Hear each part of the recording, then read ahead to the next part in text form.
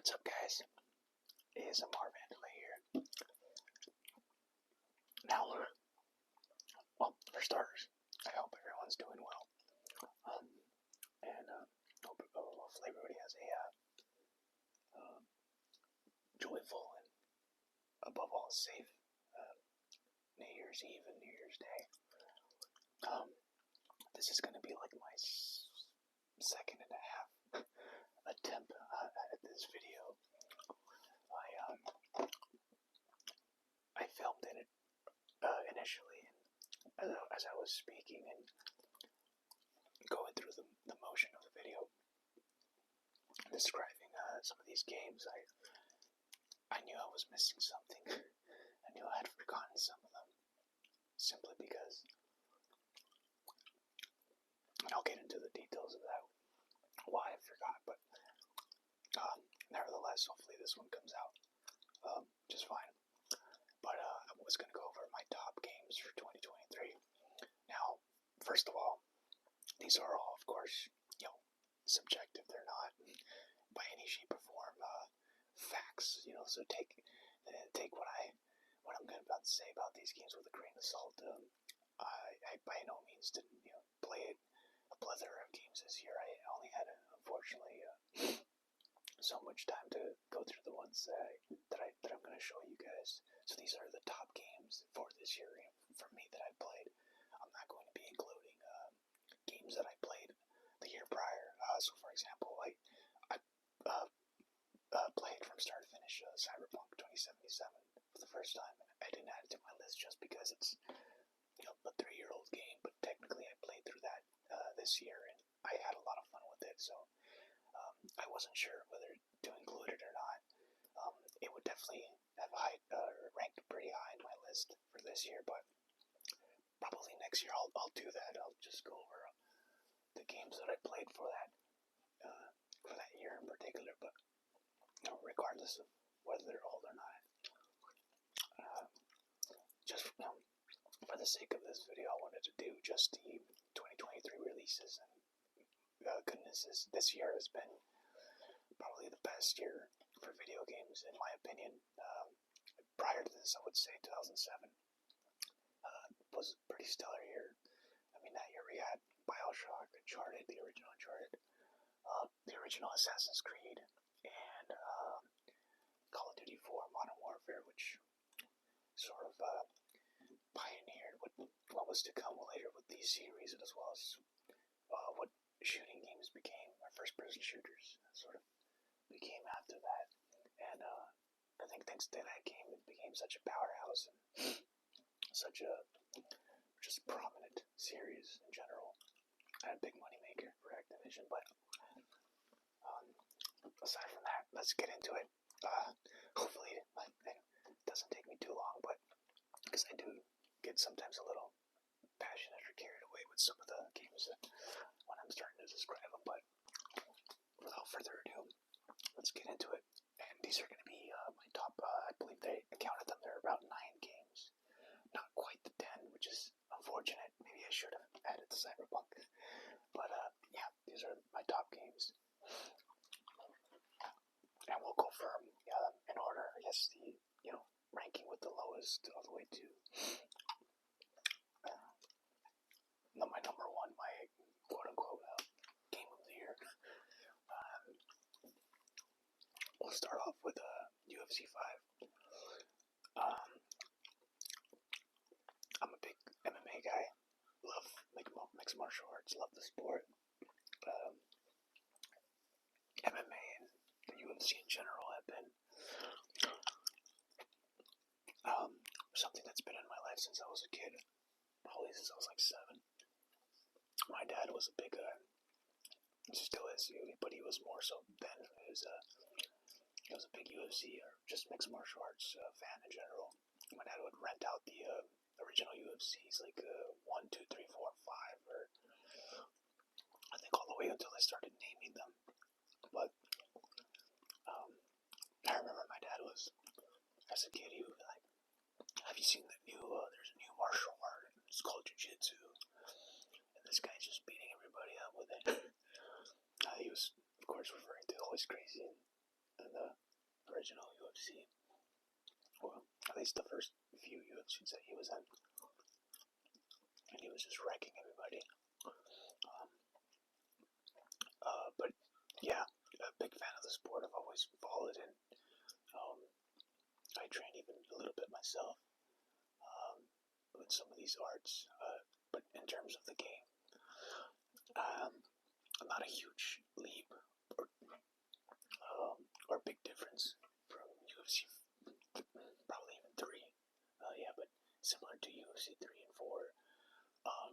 There's not been a whole lot of differences in the game. And the gameplays, the animations. I believe this one uses the new engine, the Frostbite engine. So the graphics do look, slightly better. Although, to be honest, I had a hard time seeing the differences between this and UFC 4. I kind of bounce back and forth in very, very small jump.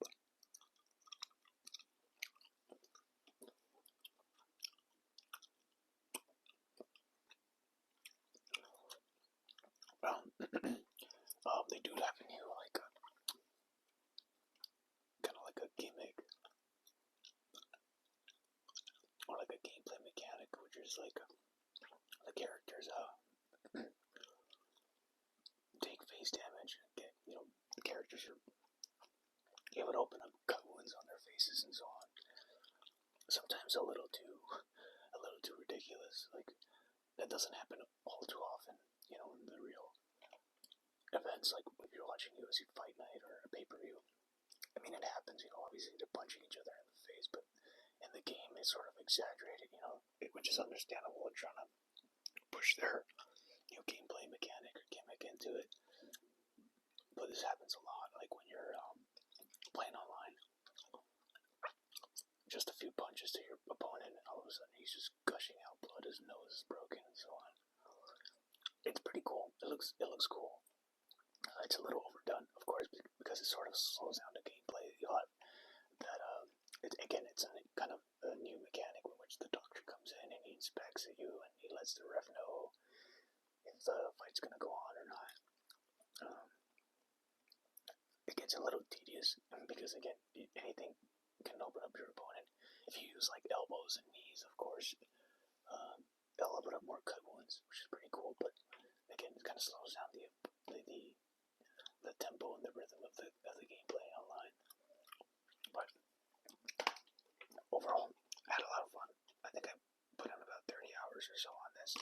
In fact, I was going to do something a little different this time. Let's see if I can pull this thing up. You can probably hear it in the background. But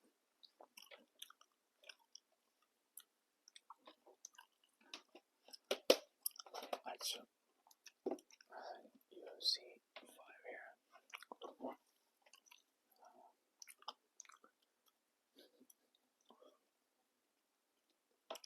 Probably maybe increase the brightness of this thing.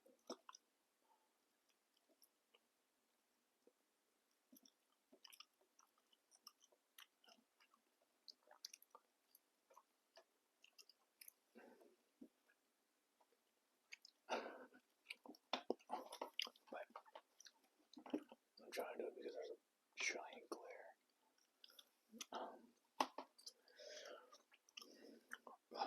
But yeah, I mean, nothing too crazy. They added some cutscenes to the career mode, which is cool, I guess. But they're pretty cheesy. The performances are alright. Nothing to write home about. So, if anything, if you played the other UFCs, like UFC 3 and 4 in particular, this is nothing, revolutionary. It's a little bit more of the same, but I enjoy it. I have a lot of fun with UFC. I love playing this. My son loves this one too, so we play this, we battle each other out. He's actually quite good. Probably better than I am. So it's a lot of fun. And again, I know it's like, this is not going to make anyone's top list, but these are just the games that I enjoyed this year that I really had some time to put into. And with this being like a quick fighting game, this is like a perfect game to play on your portal. It's just pick up and play. You can even play a couple matches online. It's a little laggy, of course, but it's good if you're gonna do career mode or something. So it works just fine. And that's UFC 5. That's I think my 9th game. I think I have 9 games here.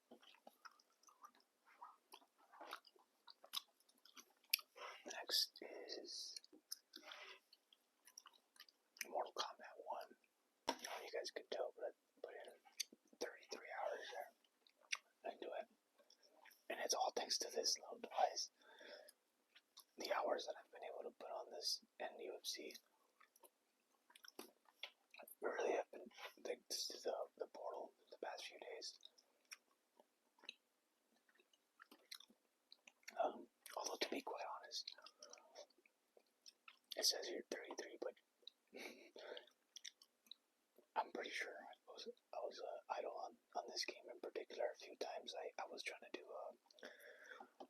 a trophy. I think it was like you have to like be in the practice mode for an hour or something, and I left it on. I left it on far more than I should have. So I think those numbers might be skewed, but who cares? But yeah, next game is Mortal Kombat 1. Fun game. If you like Mortal Kombat, I'm a big Mortal Kombat fan myself. This was one of the first few games that I ever played as a kid. I remember my dad would put on the Super Nintendo version. That version didn't have any like blood or gore because I think something has something to do with Nintendo. But at the time I didn't know. Like I was just like 4. I didn't know if it was supposed to be violent. I thought it was just these guys you punch each other and you win. I don't know if the fatalities work. I know my dad showed me how to do the Scorpion one on the Super Nintendo, and I think he just like turns you into a skeleton like after he pretty much just sets you on fire. I thought it was pretty cool. But yeah, Mortal Kombat 1, sort of a soft reboot to the series. So there's like a whole reason why what's going on here, why these characters look different, without going too much into details. But it's a bit of a reboot from Mortal Kombat 11. It's like a reset. But if you play the story, which is not very long, it'll only take you a couple hours. It goes into detail what's going on. And I got the game in the disc right now, which is why it's showing there. Just start the game with a little disc icon right here. But sort of in this one, Raiden sort of takes a backseat to being like the main, I guess, elder god or whatever they're called. And sort of Liu Kang takes on to that mantle. I mean, he's still like considered the chosen one, the champion of Mortal Kombat, but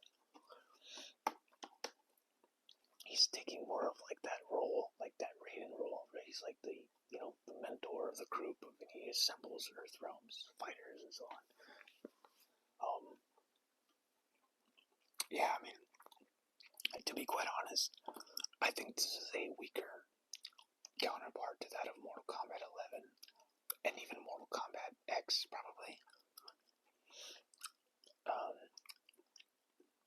Heck, probably even more so than Mortal Kombat 9, which I think that one came out in 2011. I think that one is, I would probably have to say this one's probably one of the weakest ones in a while. It's a fun game, don't get me wrong. I just feel like there's not enough here. Probably could have used a couple more years. I don't know if it was because NetherRealm Studios just came off making Mortal Kombat 11, and so maybe, I don't know, maybe they were fatigued on new ideas or something, but I mean, it just pretty much has a story, immersive story, and it's just like Invasions mode, which is kind of like a semi-RPG It says here, traverse the realms of Mortal Kombat, fighting off each season's invasion in a new single-player experience. So you pretty much you select a character, and you kind of like a board game. You go around and you land on a new spot, and then you fight one round, or depending on the situation, you fight about a round against your opponent, and then you move on to the next spot. You can't proceed until you cleared one out. And that's pretty much all there is to it. And you go around and collect talismans to improve your skill set and so on. I apologize if you guys can hear.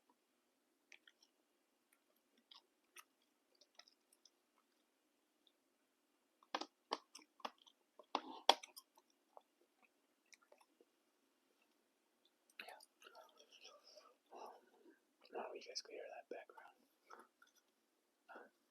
But, yeah, what was I saying with this thing? Yeah, the invasions mode. You pretty much, it's like a board game. You collect talismans to improve, your moveset, or at least your power-ups. You're able, to throw projectiles, or, just really improve your combat abilities while you're fighting. Nothing too crazy. And then there's this whole cameo fighter system now, where you press R1 and you're able to let me see if I can even show you. You press R1 and your little cameo character comes out. And they do a move and stuff. It kind of helps you build up combos and so on. It's pretty cool because they're able to use a bunch of other characters, but let's see if I can. It's probably gonna lag a little bit, but who cares? Let's just show you real quick what I mean. And then these are the mesas. They call them mesas, but they're pretty much just different dungeons or areas that you can visit, I guess. Yeah, here, let's go get wrecked over here. I was fighting Sub-Zero or somebody here, and I was getting well done. I mean, not Sub-Zero, I don't know who it was. Yeah, look, it's a little laggy. It usually lags when I play around here, it doesn't work as well. Yeah, not very good.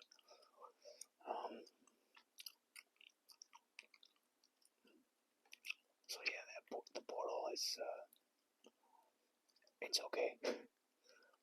It's, nothing too revolutionary. It works well when it wants to work, but if not, then you end up kind of fighting, I'm over here just trying to find a, easy opponent so I can show you guys, because otherwise I'm gonna get wrecked. I like the way the sound, the triggers. This takes so much health. And also, I'm not very good, guys, but if you press R1, you bring out your little cameo fighter, and he does a little move, and so on. Which is, they have a meter in which they can use to do things. And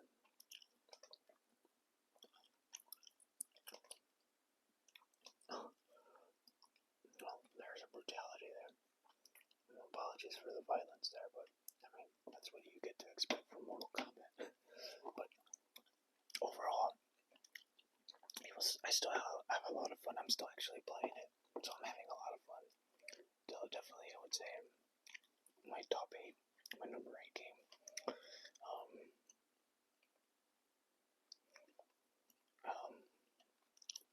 My game number 8 is Mortal Kombat 1. Although fun, I still think it's probably one of the weaker ones, to be honest. From the last few Mortal Kombat games that have been out there. Hopefully, NetherRealm makes another game, or maybe goes back to Injustice. I know a lot of people like those games.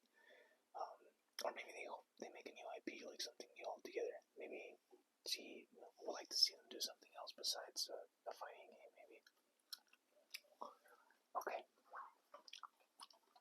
My next one is Star Wars Jedi Survivor. Now, I'm trying to find that on the portal here. I don't have this installed anymore.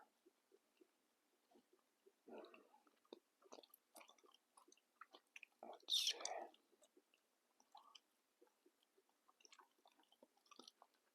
Maybe I could just search for it.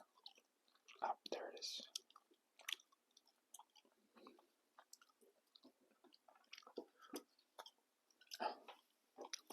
Put in about 60 hours on that bad boy. This is a fun game, especially if you like the IP. I have a bit of a love and hate for the IP. I sort of, I would say I love it, but definitely not as much as I used to. I think at this point Disney has done it to death. But this game is a sequel to Star Wars Jedi Fallen Order. You play as Cal Kestis here.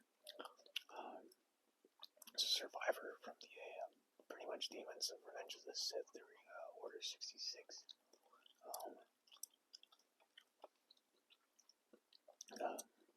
You learn that in the first game, but you're just sort of continuing on your journey. It says the story of Cal Kestis continues in Star Wars Jedi Survivor, a galaxy-spanning third-person action-adventure game from the veteran team at Respawn Entertainment. So this is pretty much in terms of gameplay. It's very akin to like Uncharted, but also very, very much a Soulsborne type game. It's sort of, mashing or combining itself with a bunch of other genres. It's very much reminiscent of the Souls games, simply because of the mechanic of, needing to level up. You visit like meditation, I was going to say meditation centers, but just like a meditation base, and your character meditates, and you're able to build up their skill points and upgrade their abilities and so forth.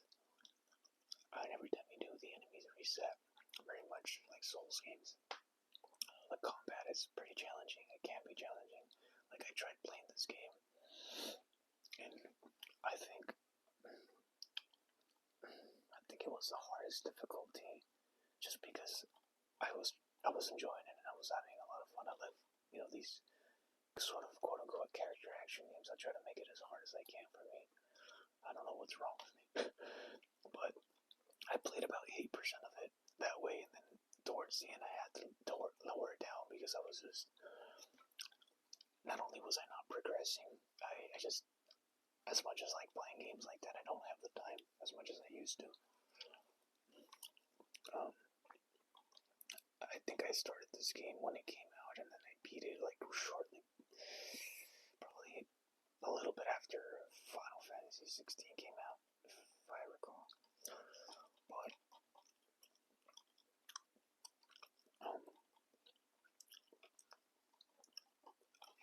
very cool game. Unfortunately, I don't remember as much of it because I sort of like spaced it out. Like, I'm not playing them, like consecutively, as I'm sure a lot of people do. So I tend to forget where I left off in the story. I just kind of go with the flow and enjoy the combat. But I think he gets to get, never mind, I don't want to spoil it. But it's a fun game if you like Souls type game, or just the character action games in general. It's got that signature Respawn traveling, platforming, walking on walls and all that stuff. It's got these really cool fighting styles now. You can get to use a blaster, which is really cool. Yeah, it's super fun.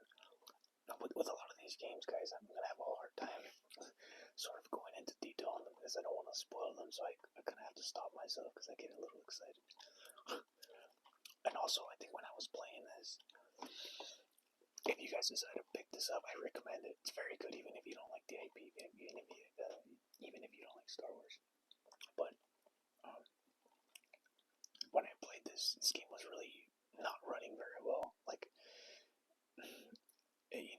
it probably a lot of people wouldn't been able to play it. In fact, I'm not entirely sure how I was able to stand the frame rate. I normally am very picky with that stuff, but again, I was having fun with it, and I really enjoyed it.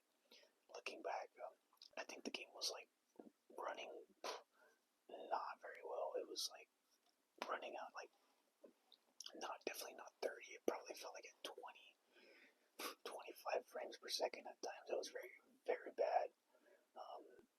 But I think they patched it since then. They fixed that, so I think now it's running at a smooth 60, if I'm not mistaken. So if you haven't played it, definitely recommend that. Now you will definitely be playing at a much higher, at least frame rate than I was. And so that's what is that? 7. Okay, number 7. Now, I know it's probably going to be controversial, whoever watches this, but again, this is just my opinion, guys, and also, it was very difficult ranking some of these, like, these were, especially the first 2 UFC Mortal Kombat, maybe they could be interchangeable, who knows, but now we're stepping into the territory of games that,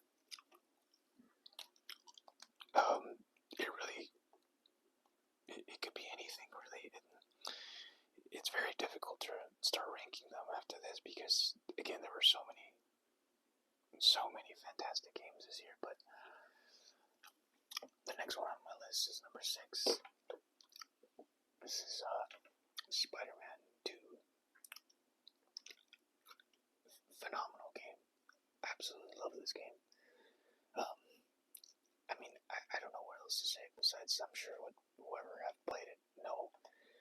This is the collector's edition steelbook, by the way. It's pretty sweet.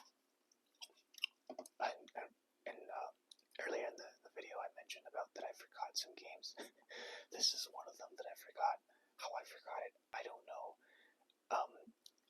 This case was inside the collector's box, and when I was playing out games from my drawer that I typically have next to my TV setup, I pulled out the games that I saw there, and I was like, oh yeah, this game came out in 2023 here. I'll put this to the side for the video, and then as I'm doing the video, I'm like, I know I'm missing something else. I know I played something else that I really enjoyed, and then I see after when I'm done, I'm like, I forgot Spider-Man, of course. I don't know how I forget it. This is an awesome game. I do feel, though, unfortunately, that I sort of like rushed it. I felt like that with the first game too.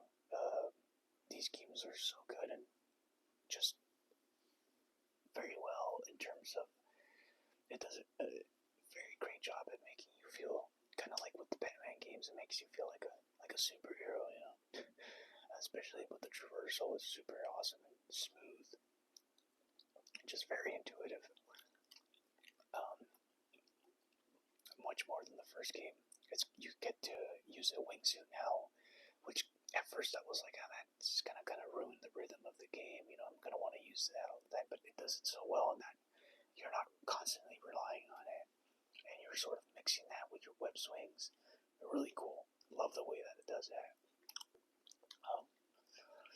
In terms of the story, probably the weakest aspect of the game, although it's still quite good. I actually like the story very much in terms of like, if you're comparing it to like some of the Marvel movies of recent date, it's actually pretty good.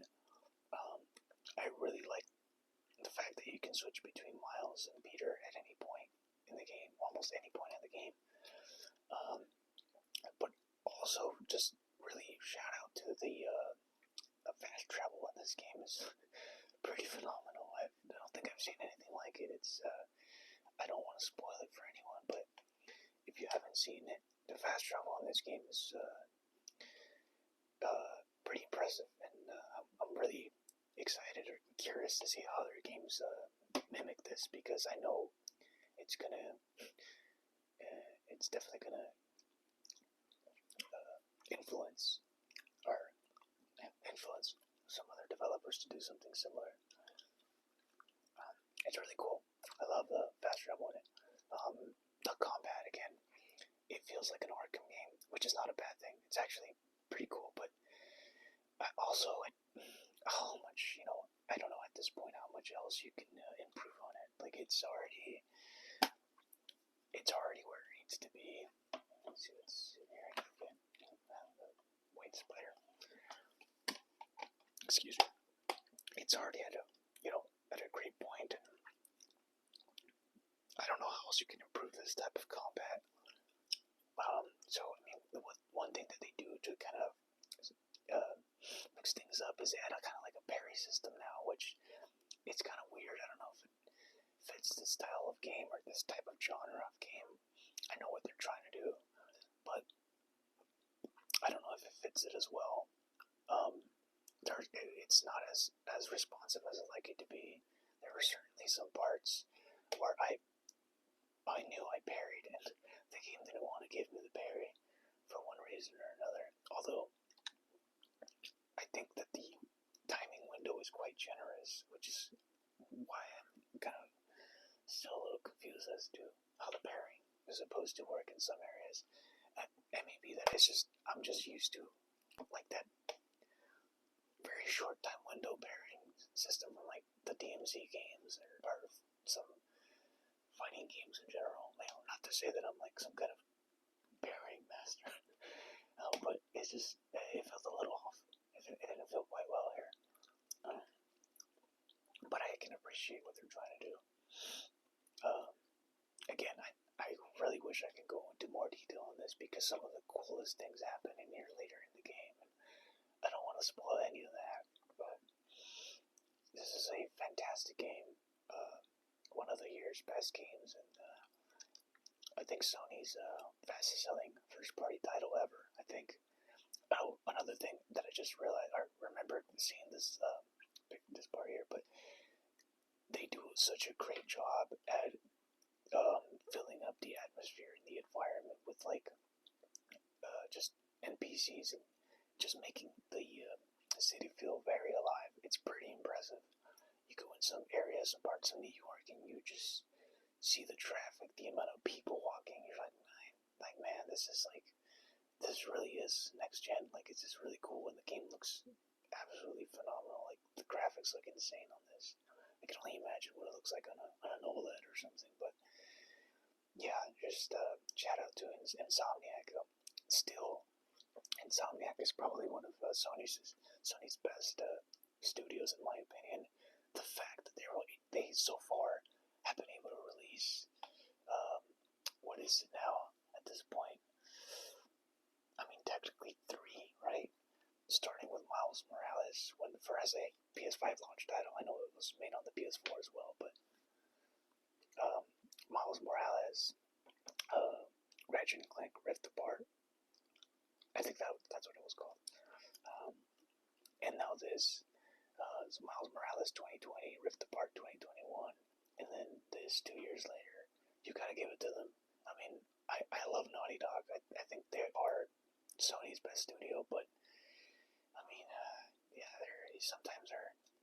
I think that's the studio that they.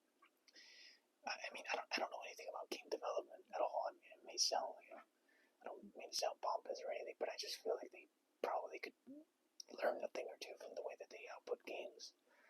I know they're not as beefy, and the quality is not as great as Naughty Dog's, but I don't think it would hurt them to release. I mean, and not to say the quality on this is bad. The quality level of Spider-Man is incredible, but I guess it shows how some other studios could be using their time and resources to crank out games like Insomniac. Is just pretty phenomenal and impressive. Shout out to them. But that's my game number 6, and I know some of you might think it should be higher, and you're technically probably not wrong. These are just again my rankings for my games, completely subjective. So definitely don't listen to me. Next, game number 5, top 5 game, Dead Space. I mean, it's probably the nostalgia that did it. Dead Space is one of my favorite games of all time. It's just not just my favorite, or not just one of my favorite survival horrors, but it's just generally one of my favorite games, just regardless of the genre. And if I can pull it up here. If you're a fan of survival horror or any of the Resident Evil games, I highly suggest you check out Dead Space.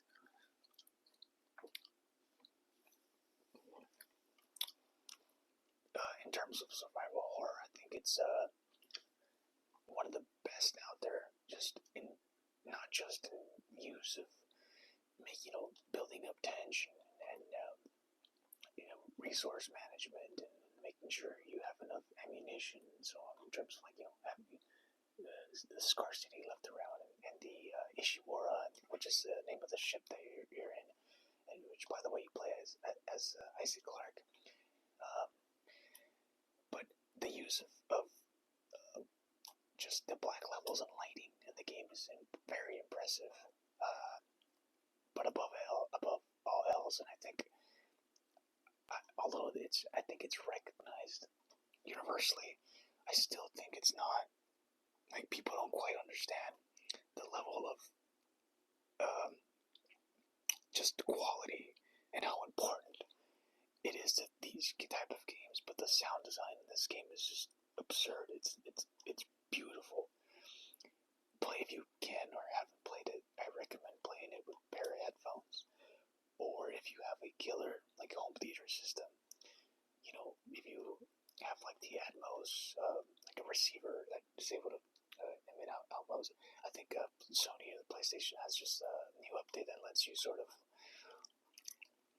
enjoy your games with that Atmos feature if your receiver allows it.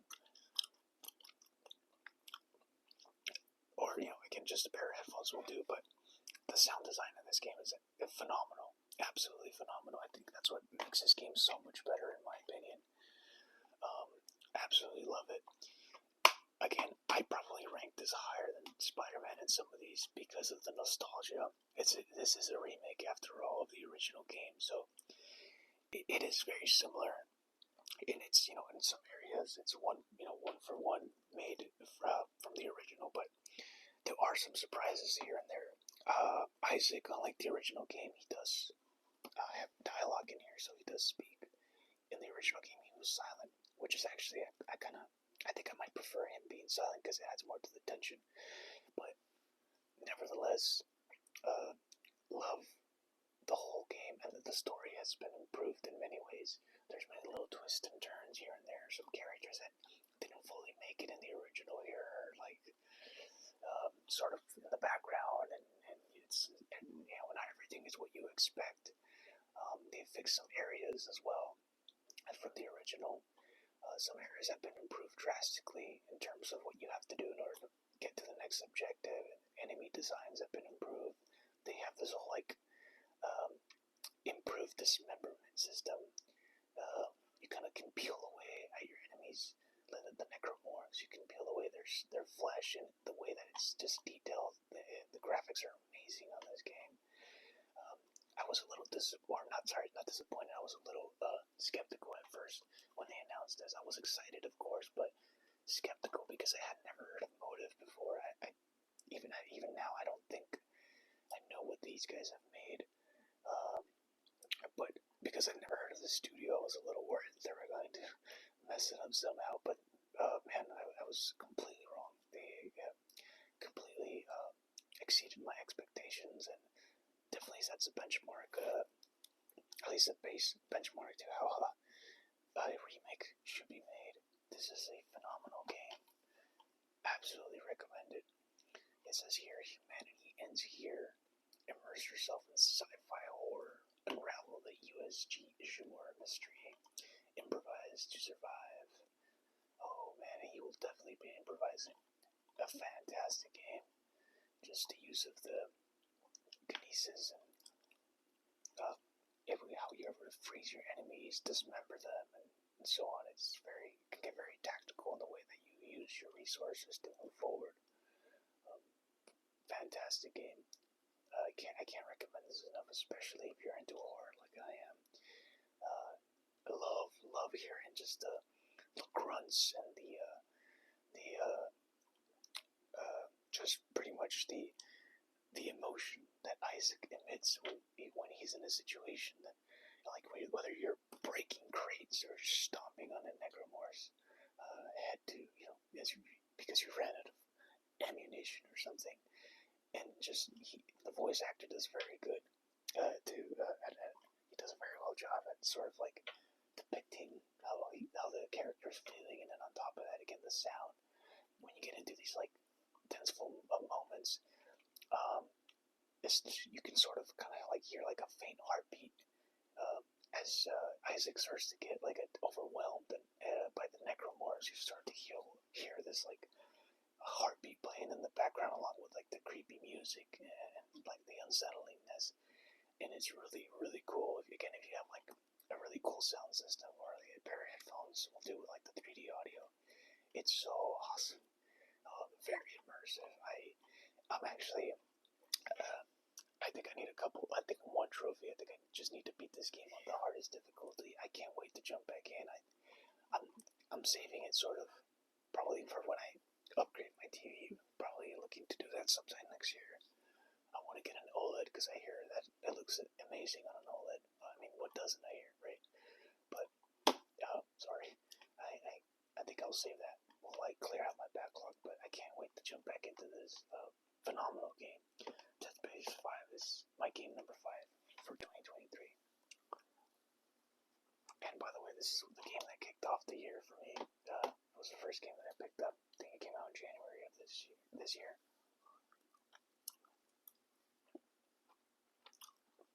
Now, this other game, I don't have the physical copy of that game, simply because the developer didn't release a physical copy. But that game I'll be using a substitution as the first one. But the game that I'm referring to is Alan Wake 2. Alan Wake 2 is a absolute masterclass in terms of survival horror. Sorry guys, I keep banging this thing. Phenomenal game. In terms of storytelling, in the way that it makes you feel, the way that it makes that it can potentially scare you, and just overall design aesthetic of the game, I absolutely love it. Remedy, after playing this game, Remedy has probably solidified as one of my favorite developers ever. They are phenomenal and talented folks over there at Remedy. You play the second game. Some people might say you don't need to play the first one. I disagree. I think you definitely need to play this in order for you to enjoy the second one, but I digress. Second game you play as Alan Wake still, but you also get to play as another character, which is her name is Sokka Anderson. She's right over here. You can barely see her. Sokka Anderson's an awesome character. I was a little bummed out at first when you start off the game and you're not like immediately playing as Alan. Again, without spoiling too much. And you pick up and you start playing as Sokka, which is kind of cool because immediately she ends up by like Cauldron Lake from the original game, and she's an FBI agent. She's with her partner. Very gives me like or at least it gave me like True Detective vibes. If you guys have seen that show, super cool. And you end up in the woods, and you are literally in the same like woods that you were when you played, or if you played the woods that you were in the original Alan Wake. But of course, with the power of these new consoles and advancements of technology, the forest and the environments look, vastly superior than what they did, 13 years ago when this original game came out. And they do a great job at building that tension, that fear, and the game has a lot of jump scares, which I honestly don't remember. I haven't played the most survival horror games, but I can't recall a game that does, at least that does as many jump scares.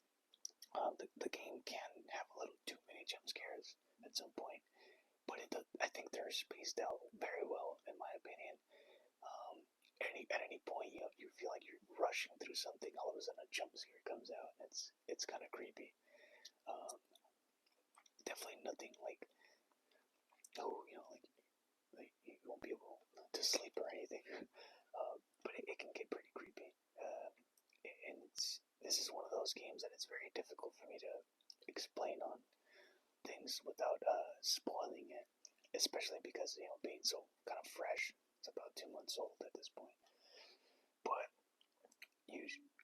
later on in the game, you're able to switch between the two characters of Saga Anderson and Alan Wake. Saga's gameplay is primarily taking place in the Pacific Northwest, so in Cauldron Lake and some other parts of Washington as well. Like you get to go to like this place called Watery, and what's the other place? I forget the name of the main town, but it's the town that they have the whole Deer Fest going on. Graphics are pretty good considering that not very high budget of the game, although it is pretty high budget. So it's AAA, AA type of game, but graphics are phenomenal in my opinion. I think it looks awesome. When you play as Alan, you sort of play like in these like New York-esque, New York style sort of setting. Well, it is New York. It says it's New York, but without going into too much detail, if you ever play, you'll know what I'm talking about. But he's technically like in the dark place, and so it's sort of like mimicking New York, and kind of like a New York setting, like right out of his like apartment from the original game, and it's really cool how you can sort of like make things appear and disappear with a specific tool that he has in those parts of the game, and I've never seen a game do that before, in which you are able to like sort of manipulate the environment around you at will, depending if you're using that specific tool. It's super cool. I am a little disappointed though. The variation of enemies when you're playing as variation of enemies really for both characters, but specifically when you're playing as Alan, when you're in the dark place, you don't really see the enemies. Like they're almost just like silhouettes, like a foggy silhouette of an enemy, and so you can't really like they all look the same. Really, it's just like like a glimmering of like a echo. It's being disconnected. Unless it's a lost connection. But they're all like little silhouettes. So it's nothing to like write home about in terms of the enemy design for Alan's, but particularly for Alan's, because there are some different enemy variations for Saga's setting, which I think I actually prefer Saga Anderson's Pacific Northwest, the woods. Super cool, very creepy when you're going through the woods, and you got a shotgun with a few shotgun shells left. Super awesome, very very cool.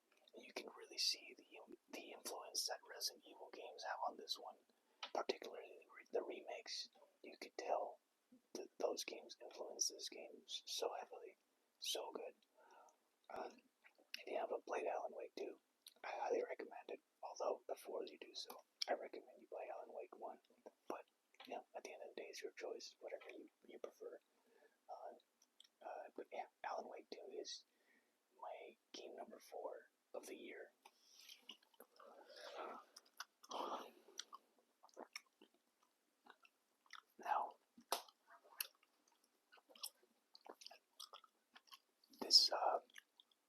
these next three were extra challenging and difficult because they really could have been. I apologize if you guys could hear it back there. These were particularly difficult because I really enjoyed these, and these are the games that I genuinely put in a lot of time, and specifically this next one, game number 3 of the year. It's Final Fantasy 16. I have never been a fan of Final Fantasy series. I never played any of them. I played Final Fantasy 15 prior to this and 7. But besides that, it's not a series that I've ever followed. 15 was my first Final Fantasy, and I think I've discussed that in another video, but I absolutely did not like that game. I thought it was just very limiting. I don't know why, but it felt like I was playing a PS2 game. And yeah, different subject altogether, but this game is not that. This game is absolutely awesome. Absolutely love Final Fantasy 16. You play as Clive Rosfield. That's his younger brother, Joshua, there. But yeah, Final Fantasy 16 sort of takes place in like this, obviously this fictional kind of like medieval setting. This is a steelbook that I got with the deluxe. Super cool.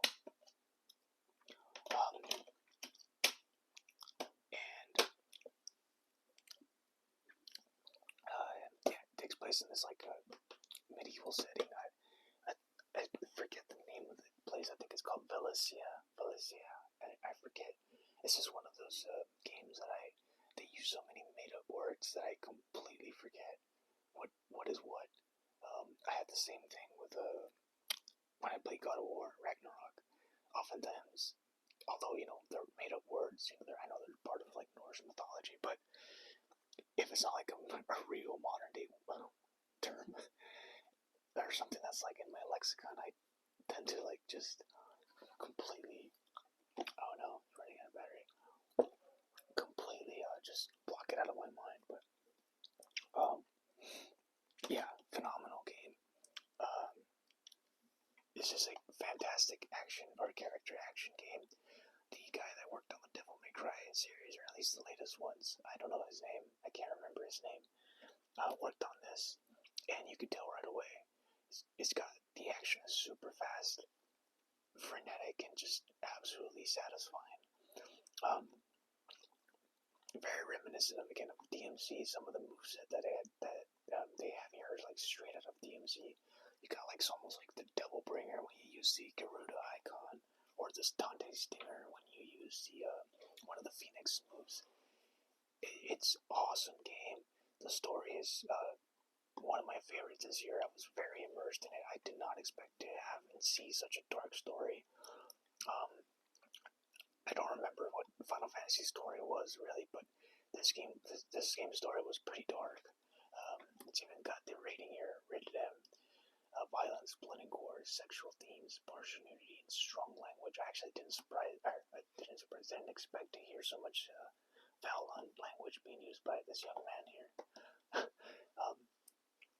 But it's really cool the way that you get, without spoiling it, when you get to see Clive Rosfield as a young man, as a teen, young adult, then as a person in his 20s, and then later on in his early 30s, which is really cool the way that the game does it. There are some some time gaps within years. I beat this game, I think, over the summer, and I can't wait to jump back in. I want to play the challenging, the Final Fantasy mode. I want to get that trophy and platinum it, but I'm also excited to play the the DLC that they released. I know they released just a DLC pack, and then they also have another one coming out later in the spring. Can't wait to jump into those. It seems like a whole lot of fun. one of my favorite games this year. This could have been easily my favorite. I think this is the game that I put the most time in this year. You guys can see almost 120 hours. Again, give or take, some of that is a little skewed, but I definitely put more than 100 hours on this game. Fantastic. I was just like fully immersed, just reading up everything I could find, and just wandering the world. It's not fully open world, but it's open enough where it makes it seem like it, which I actually prefer, to be quite honest. Final Fantasy 16 is my game number 3 of 2023, and it's a fantastic game. Don't be fooled by the characters, guys. I know some people out there don't like the whole like anime aesthetic and so on, the whole like Japanese vibe, and I feel you. I'm very much like that. Besides DMZ, those Devil May Cry games, that I know they can be like very anime, especially like, in terms of the story. I'm not big on anime. Like I don't watch anime. I unfortunately just cannot get into it. I did like it as a kid though. I used to love it. But as an adult, I find it very difficult to get into. I'm not entirely sure why. My brother is very much into anime. He always often tries to suggest some for me to watch, and I unfortunately just can't get into them. But don't be fooled by that if you're not into any of that stuff. This game is. I apologize about that background noise, but this is an awesome one. Dark story, great set of characters. Clive Rosfield is one of my new favorite characters ever. He's just a very likable dude, and you feel his struggles as you progress through the game. You start off the game, and again, I don't want to spoil anything. I can't really go into too much without spoiling it, but fantastic game. Game number 3 of the year. Now this next one, very difficult. Again, between 3, 2, and 1. This next one, I knew I was gonna like this game. Sorry. I knew I was gonna really like this game. But I did not expect for me to like it as much as I did. This is Lies of P. Phenomenal game. If you're into like the Soulsborne games, I can't recommend this game enough. I picked this up when it came out. I think I did an unboxing for it in a video. But I didn't start playing it until late October, early November. I played this game non-stop during my Thanksgiving break from work. Oh man. I think I played this game almost the whole day. The day after Thanksgiving. It was just that immersive, that awesome. I'm not the biggest fan of the Soulsborne type of games. I played many of them, but I still don't I enjoy them. I don't think they're like the best, genre out there for sure, but they're fun and they can be very addicting. And I'm also not very good at them, to be quite honest. But as much as I really enjoy those games made by From Software. Normally, this game is not. This game is actually published by NeoWiz, and I believe it's developed by Round 8 Studios, which both NeoWiz and Round 8 are South Korean based companies. So this game very much. I think the disc is in another case. Oops. But this game is very much just beat by beat a Soulsborne game. Everything about it is, in terms of the way it plays, the game's mechanics, some of the gimmicks on the game. It's just very much a Soulsborne game, just not made by From Software, and it's probably. I haven't played any of the other games. I know there's games like Lords of the Fallen or Lords of the Fallen. I don't know. I know some of those games they try to kind of rip off the formula, but I've never played any of those. But from what I hear, this is the closest to that formula around. Power Wars of Krat. Krat is the name of the city that it takes place in. And you basically play as, he's not named, but the game sort of alludes that you're playing as Pinocchio. I mean, that's the whole premise. It's like a dark twist of the Pinocchio tale. It says deception shatters innocence. I don't want to go too much into this because it'll spoil it, but there's Geppetto. Yeah, you pretty much play as Pinocchio, or boy. They call it, everyone refers to him as a boy. But he's a puppet. And in this world, I mean, just look at these environments. Like, this looks awesome. I see this, and I immediately just want to jump into that. Like, I love this vibe and aesthetic. This is why I really liked DMC3 when I first saw that game when I was a kid.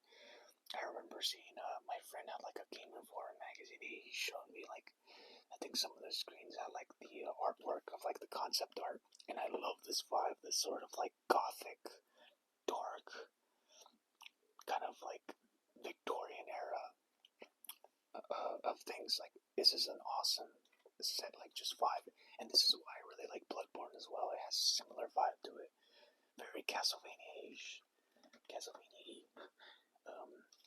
I absolutely love it. But yeah, these are like the puppets. They're basically like robots, but the game refers to them as puppets. Krat Festival. This is like the boss in the demo. The city of Krat. Last year at the Krat.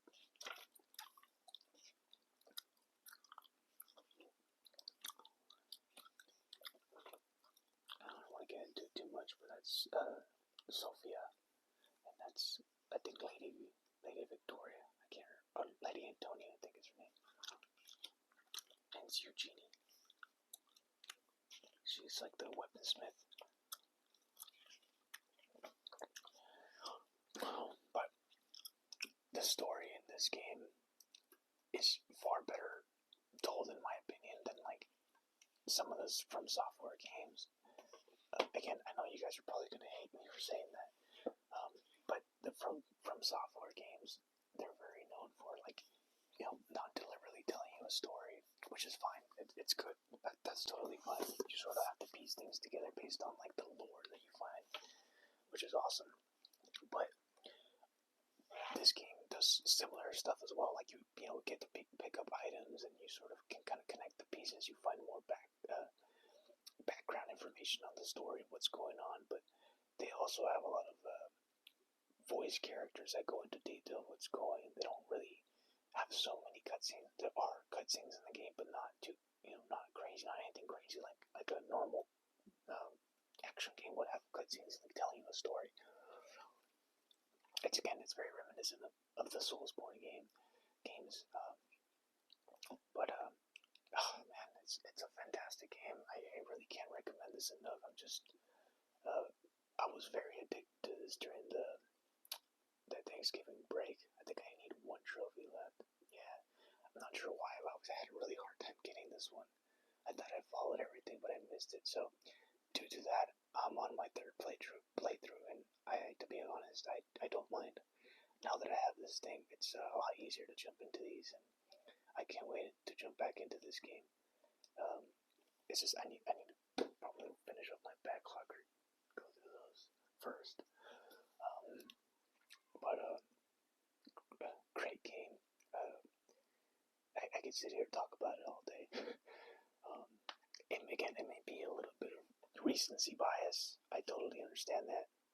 If maybe this game came before, after this one, I probably would have put this one ahead. I don't know. The recency bias is a real thing, and in my opinion, I think that's why I like games like Baldurs Gate won Game of the Year, and the whole Video Game Awards stuff that they have. If that game would have came out in January or February, I don't think it would have gotten that award, but it really doesn't matter. I'm just really glad that people like it. People seem to be really passionate about that game. To me, I love seeing that, people's passion on things like that. And lastly, guys, I'm sure you guys all know where this is going. Lastly, my game of the year, my favorite game this year, was Resident Evil 4, an absolute masterclass of a game. Truly, unbelievable game. The original Resident Evil 4 is one of my favorite games of all time, and my favorite survival horror game of all time. So, I was really skeptical with this, and I purposely like to keep my expectations low for pretty much anything. Really, that's kind of like my mantra in life. I try to keep my expectations low in everything. And I'm glad I did with this as well, because I was entirely blown away by this game. This game, despite it being a faithful remake to the original, it kept surprising me with everything that was in there. In terms of gameplay, this is probably one of the best games out there, like, bar none. The gameplay, in my opinion, is phenomenal. I don't think I'll ever be able to play a game, a third-person shooter, or any survival horror game, without this parry system. It's just incredible. Absolutely incredible. Yeah, it's just, when I played this game, I think that it came out the same day that John Wick film, John Wick 4, had come out. I think it was like March, goodness, 24, 5, one of those days. It was a Friday, and I remember we had gone to go see John Wick 4 as a family, and I had this game already installed, getting ready to play it, and I came back from work. We went to go see the movie. The movie's pretty long, so we got a bite to eat, and then we came back relatively late. And I remember just popping this in, playing it, and just had a big old smile from one end to the other. My face was just like I couldn't stop smiling. How incredible I thought this game was. The first few hours of this game, I was just hooked. I don't normally go to bed late on Fridays because I normally like to go to the gym the day after in the morning. But with this game, the time just crept up on me, and next thing I knew, it was already 1 a.m. and I'm still playing this darn game. It's just the PS4 copy and the steelbook, this collector's edition steelbook. Look, I just think it looks so clean. It looks awesome. And I think it was like a bonus steelbook, and it's shrink wrapped. But I had just a smile on my face the entire time. It's so much fun. It's so surprising in so many ways. Very, very creepy in some areas. Like, it's not. Again, it's Resident Evil 4. It can be very campy, especially the original one. When I played the original game, I think I was 11 or 12, and I thought it was the scariest thing ever. It's still got some of that creepiness in it, and I love the fact that it's not as campy as the original. I love that the original is there and it's campy as heck. This one still has that campiness, but not so much, so it's not as overdone. Obviously there's some things that Leon says in the original that you can't say nowadays. So they certainly modernized it, which is good. And I like that. And that's another thing that I really love.